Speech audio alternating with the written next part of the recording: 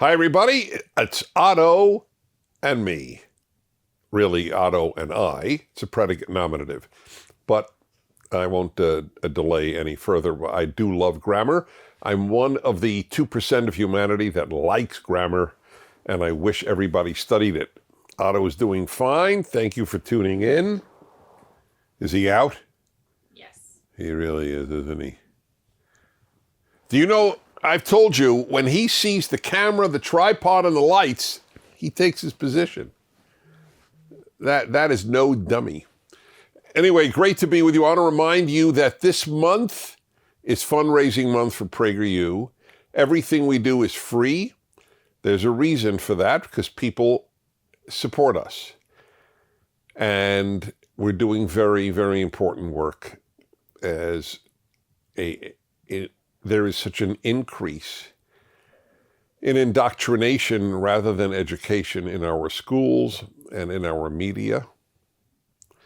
So help us spread light.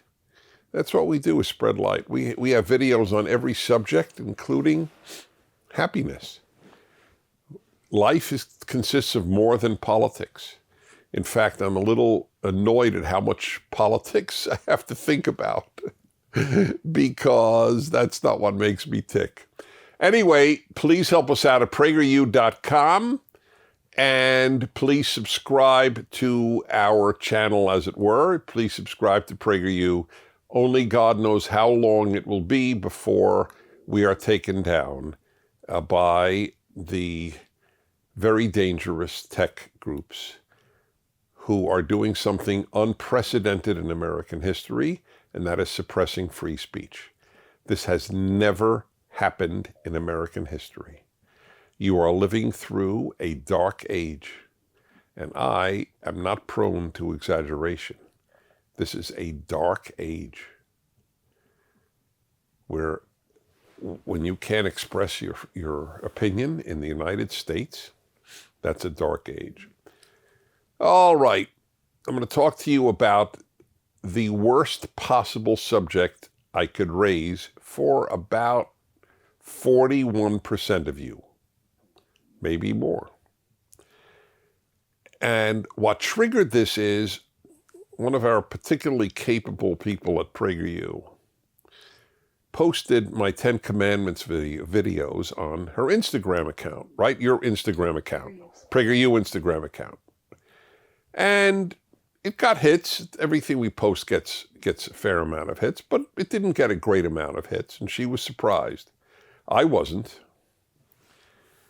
Why would that be? Why the single most important moral code, legal code in the history of the world? Nothing comes close to influencing the world as the 10 Commandments does. Why would that elicit a big yawn from most people? I know the answer, which is why I'm raising the question. I know the answer. By the way, sometimes I do raise questions to which I do not know the answer.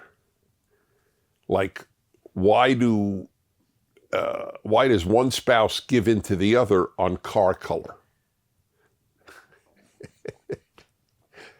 Like me, why do I give in?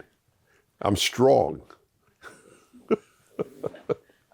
I'm going to raise that actually on the male-female hour on my radio show.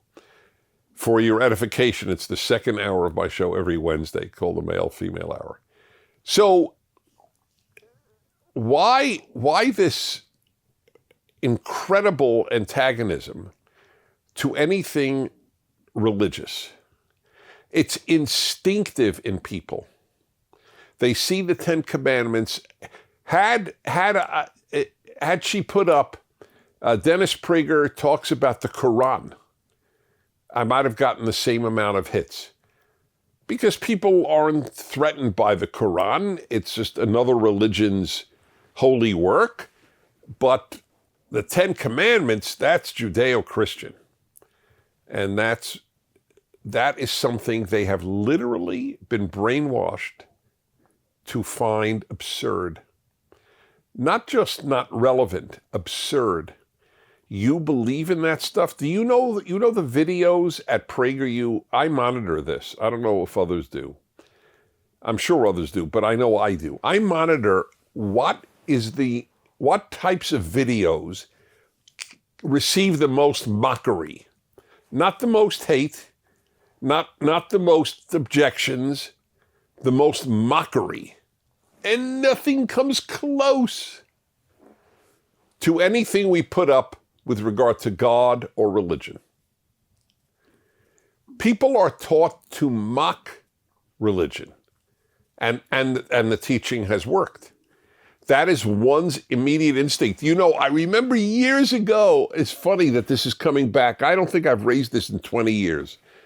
About 20 years ago, I remember asking on my radio show, what would you rather be caught by colleagues? Let's say you're on the plane and colleagues, people at your workplace, by coincidence, are passing you as you're sitting, at let's say an aisle seat near the front. Would you rather be caught reading Playboy or the Holy Bible? Which would embarrass you more? That's really what I was asking. The very fact that the question is legit gives you an idea of to what extent people find the Bible worthy only of mockery and embarrassment. Do you know, I'm just finished the third of my 5-volume commentary on the first 5 volumes of the Bible. It's called The Rational Bible. And so I do a lot of writing on airplanes. So I will literally have books, let's say Exodus or Genesis, Deuteronomy, whatever, or just the Holy Bible with commentary. And I know that anyone who sees it who is not religious thinks they're sitting next to a weirdo. Whereas if I had a book next to me, 73 sexual positions for better orgasm, they would go, wow, are you a therapist? Are you in the adult film industry? I'm only minimally exaggerating. That's how effective the mockery of religion has been. It's for not just dummies. It's not for anybody intellectually alive. It's for the common person who needs a crutch. That's a very big thing. I've heard all the arguments. Crutch is a big one. So you need a crutch. And I've always answered, well, if you're in fact crippled, or to use the current word, disabled, you do need a crutch. Of course we need a crutch. Life is extremely difficult, filled with pain. I have no problem with that. After my hip surgery, I needed crutches. What was wrong with that? Did anybody think, oh, this guy's pathetic, he's on crutches? But if somebody believes in God or takes the Bible seriously, oh, it's a crutch. You mean you don't have crutches? The rest of society doesn't have a crutch? Believe me, it's obvious. When religion dies, people develop new religions. What is this anti-racism if not a new religion? There's so little racism in America. It's not only a religion, it's an irrational religion. Whereas I must say for Judaism and Christianity, they have irrational aspects, but they're not irrational. There's a God who wants us to be good. How's that? Sounds good to me. Sounds effective to me. That's my religion in a nutshell. It's also Micah's, for those of you who are religious. And Micah 6:8 summarizes what? I think it's 6:8. Might be 6:4. Maybe it's 13:5. 22:11. I'm just mimicking a quarterback right now, right before the center gives him the ball. Anyway, that's the summary of what I believe. There is a God who wants me to be good. That is my crutch. I'll tell you my crutch. That there is ultimate justice. That is my crutch. I admit it. The thought that this is all there is depressing. If it doesn't depress you, then you don't take it seriously. And I don't mean for you, I mean just for others. You mean all these people who have been given horrible lives in history as slaves, as tortured people, as raped, you name it, and you're okay with, sorry, Charlie, that's the way the cookie crumbles. I'm not okay with that. I have a crutch. There is a God, and there is ultimate reward and ultimate punishment. There is ultimate justice. I believe that I will in some way be reunited with my loved ones after my death. That's my crutch. I fully acknowledge it. That way, I don't have to have a crutch of political religion, which is what we now have. Do you know, I have spent, in speaking about religion, I have spent 90% of my time talking about its necessity, talking about specifically God. I've spent 90% of my time speaking about the necessity of God and 10% about the existence of God. The necessity is far more important. I don't care if you're an atheist, I want you to understand how important it is. We had, what is that great author's name from Britain? He was in here for a fireside chat, huh? Douglas Murray. Douglas Murray. Douglas Murray, I believe, is secular.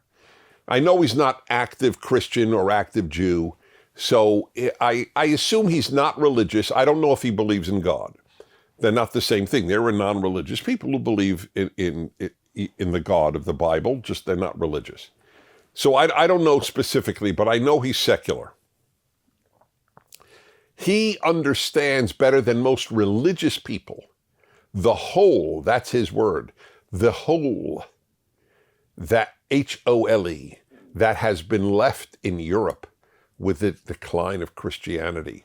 This Jew understands the whole that has been left in Europe. So when Christianity died in Europe, guess what we got? Fascism, communism, and Nazism. So here's the question that if I were kept up at night, thank God I sleep well, but if I were kept up at night, this would keep me up at night. What's going to happen to America when Christianity dies in America? The record of the post-Christian world isn't good. So that's what concerns me. The ramifications of the death of religion, for which reason she didn't get many responses to the Ten Commandments postings, which are really good, by the way. They're really, really, really, really, really, really, really good. Now, it may sound odd that I'm saying it because I'm the one who gave them, but I look at whatever I do outside of me. Okay, just for the record, I have a very healthy attitude toward my life. For example, I developed the following idea many years ago. If you let the compliments go to your head, the insults will go to your heart. So I don't let the compliments go to my head, and I don't let the insults go to my heart. So it's a nice balanced life that I live. But my point is, people are truly deeply indoctrinated that this is silly or even dangerous. One example of the consequences of the death of Judeo-Christian religions. By Judeo-Christian religions, I mean any of the religions that are rooted in the Hebrew or Christian testaments, the Old or New Testament, or both. So that would include Judaism, Protestantism, Catholicism, LDS, Latter-day Saints, or Mormonism, the Orthodox Church. I mean, it's a large world. So any ideology based in that believes that the human being is created in God's image. Therefore, we're not just animals. There was a piece in the New York Times just a few weeks ago. You could look it up. It's easy. And that is that we are really essentially, what was the term? Squirrels. Yeah. We are really no better than squirrels, and they jump better than us, so they have advantages. This was by a professor of philosophy. We are animals. In fact, it's a giveaway whenever I see something written and it will say human beings and other animals. No, that's not how I put it. Human beings and animals, not other animals. Yes, we are biologically animals, but the religious belief, the Judeo-Christian one, is we have a soul, that we are in God's image. There is something other than an animal that defines us.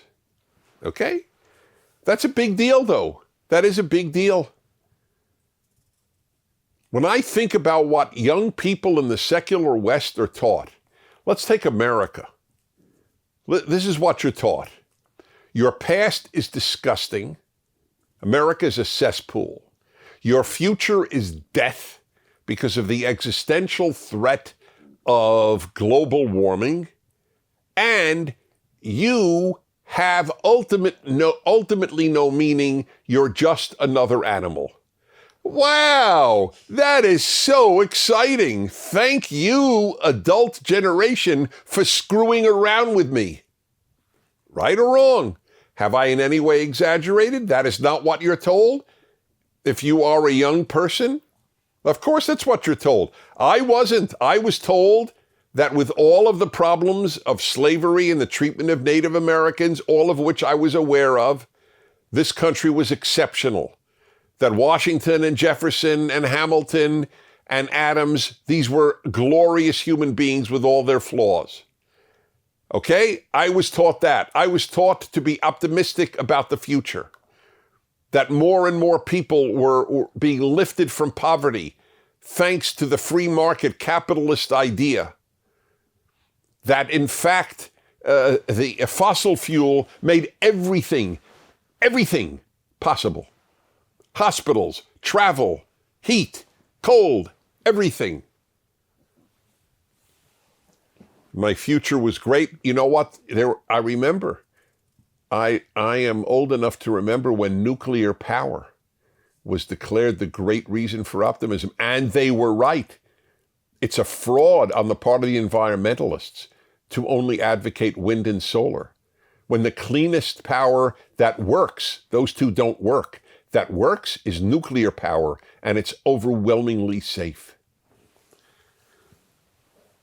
And I was taught that I was special, that there was a God who knew me, wouldn't necessarily protect me from a car crash. I don't believe in that type of God, but who knew me. And this was not all there is, this life. So I had a wonderful past, a wonderful future, and deep meaning. And you've been given none of that. Your meaning is fighting America's racism. That's your meaning. Now you know why I think religion's important? And that's only one of a dozen reasons. Okie smoky, let's see what you have to ask. Was that extra long? Wasn't bad. Wasn't bad. I can't believe it. It's like my trainer. The highest compliment that I've ever received from her in 4 years of torture, 3 days a week, was she looked at me once and said, "Not too bad." That was it. Not too bad. So normally it's too bad when I do my plank. Who invented the plank, by the way? They should be shot. Some sadist invented this notion of a plank. And I do it every week. Believe it or not, I do a plank. Okay, it's enough of that. All right, it's time for the question of the week. All right. There we go. Take it away. Hi, Dennis. My name is Mark Huber, and I'm 18 years old from Great Neck, New York. A few weeks ago, my economics professor claimed that universal basic income is the key to getting people off the welfare system in America. I was wondering if you can explain what universal basic income is and if it's a form of socialism or communism.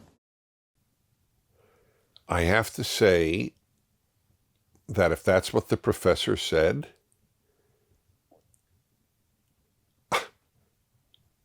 I am dumbstruck. I want you to all hear the words if I got it right. He's quoting his professor. Universal basic income is a great way to get people off welfare. Okay, are you all aware of why that's not coherent? Why isn't universal basic income welfare? That was priceless. It's like saying there is a way to get people off heroin, and that is with another drug. There you go. Meth. The way to get people off heroin is with meth. Ah, it's genius. Bloody genius. All right, why is that not answer the question? That's what it is. Universal basic income is giving everybody a check every month, and that's welfare. That's the definition of welfare. Okay. Anyway, it's also it's not healthy. People. It's so ironic. It goes back to my earlier thing, crutch. It's okay to have an economic crutch, but not a religious crutch. And the irony is the people who have the religious crutch are the most opposed to economic crutches. That's the irony, because they have a healthier view of life, because they have a wisdom source called the Bible. No wisdom, you end up a professor. Okay. That was good, though. That was important. Thank you, Mark in Great Neck, New York. Peyton is 17, Garland, Texas. Hi, hand wave or handshake? I've been watching PragerU videos for many years and often show them to friends to give alternative views. My question is, I'm interested in college and look forward to the future and having a career, except I'm not sure what to go into. I love to learn, but I'm afraid of the college indoctrination, hate, and propaganda. I want to do something useful and safe, especially with the realization of COVID and the hate-mongering of society now. I greatly appreciate you, PragerU staff, and your wisdom. Thank you again. All right, so let's see. You love to learn. Let me deal with it. There are a few issues here. You love to learn, but you're afraid of the college indoctrination, hate, and propaganda. That's what you are. You learn to hate at schools in America. You really do. Think about it. You learn to hate America. You learn to hate whites. You learn to hate Christianity. It's an amazing thing. You do. You're taught to hate. So it's a very accurate statement that, but you sound like you might withstand it. You might have strong enough intellectual and emotional shock absorbers to take the shock of college in that regard. On the other hand, you don't have to go to college. You might want to do some other work. You might want to travel and do some other work. There are so many things you can do other than college, or go to college later. I've never understood the rush to go through college. You're 17. The odds are you will live to 100. Really, that's what the odds are. And I don't know exactly why you need to get your degree now when you will have 78 years left of life. And the older you are when you go to college, A, the more you get out of it, and B, the less likely you are to be indoctrinated. The teachers know that, and so they really want young people. That's why by the way, did you ever notice that teachers don't allow, overwhelmingly, they don't allow their classes to be recorded? Why not? Why not? I'll tell you why, because they're afraid of adults seeing what they say. They can say anything to 18-year-olds and get away with it, but not to 30-year-olds or 40 or 50-year-olds. I taught college, and they had the same thing. They had cassette players. They didn't have smartphones. But they recorded it. And I remember the first time a student came over to me when I taught college and said, Mr. Prager, can I record your sessions? And I remember thinking, why are you even asking? Of course you can. Why would I want to hide what I tell you? I hope you send these cassettes to everybody you know. My hope was that everybody heard what I taught. Why would a teacher not want that unless they're ashamed of the propaganda that they're giving? If you're proud of what you say in a classroom, why are you opposed to it being recorded? Because what's being taught is shameful. It's indoctrination, not education. It's an important test, isn't it? Why don't you want it recorded, Professor? Because it might be misused. What does that mean? It's your words. You're not being quoted. It's you. How could it be misused? Anyway, you should take a couple of years off after high school. You should work. Working is maturing. Be a waiter, be a ditch digger, or drive a UPS truck. I don't care what it is, but do something that is productive. Also travel. Ideally travel alone. Traveling alone matures you tremendously, but it's better to travel with someone than not to travel at all. Seeing other cultures is extremely, extremely valuable. I've been to 130 countries, and I can assure you that that is a very worthwhile venture in life. Then you can go to college after that. You don't know what you want to do. 90% of people at your age don't know what they want to do. But it's a very odd thing. If you'd have said to me, do you know what you want to do? I didn't, professionally, I was clueless. I knew I wanted to influence people with good ideas. And I've been blessed to be able to do that. But that's all I knew. And I didn't think you make a living doing that. So I had a very similar dilemma. But I'll tell you this, I knew what I wanted to do in life. I wanted to get married and have children. Your generation doesn't even have that. It's amazing to me how insignificant it is to young people when I talk to them. I talked to a young woman, you want to get married? Maybe one day. That's indoctrination. It is not female nature to look upon marriage as, maybe one day. Female nature is to bond with somebody. Even that annoys people on the left because they hate anything to do with human nature. They deny there's human nature. They deny there's male and female, let alone human nature. All right, so that's what you got to do.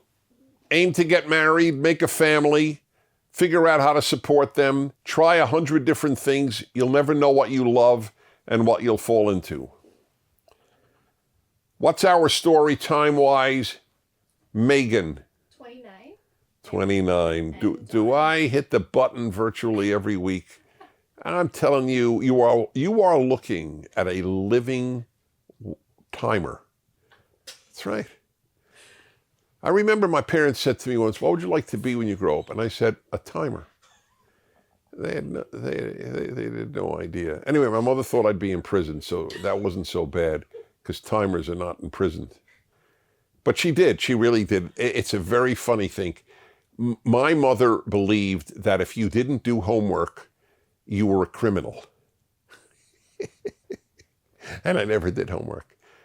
That's just the way it is. I was too busy teaching myself how to read symphonic scores and Russian. That's what I was doing in high school in my spare time, which I had a lot of because I never did any homework. I wasn't your regular guy. Anyway, I won't go to another question. Oh, I will because this one's brief. Okay, from the PragerU staff. Okay, this is just to annoy me. Dennis, how much do you hate daylight savings time? Let me put it to you this way. If you said to me, Dennis, this year, no daylight saving time, but you would have to go through a beehive in a bathing suit, I would choose the beehive with the bathing suit and hope that the bees just made honey and ignored me. That I hate daylight saving time, and I know half of you love it. All I know is, why is there some joy, especially if you have kids, trying to put them to bed before it's dark at 9 p.m.? I don't know why that's a thrill to people. Anyway, I like real time. Daylight saving time is not the real time. And the sun sets late anyway in summer. What do you need the extra one for? But anyway, look, I don't lose sleep over it, but since you asked me at the PragerU staff, I gave you my answer. I would do what Arizona does, stay on regular time all year. Bravo, Arizona. Okay, everybody, I hope you'll share these fireside chats with others, because I really do touch a lot of important issues. Otto sends you his love. And don't forget to help us out at PragerU and subscribe to PragerU as well. Until next week, be well. Thank you for watching this video. To keep PragerU videos free, please consider making a tax-deductible donation.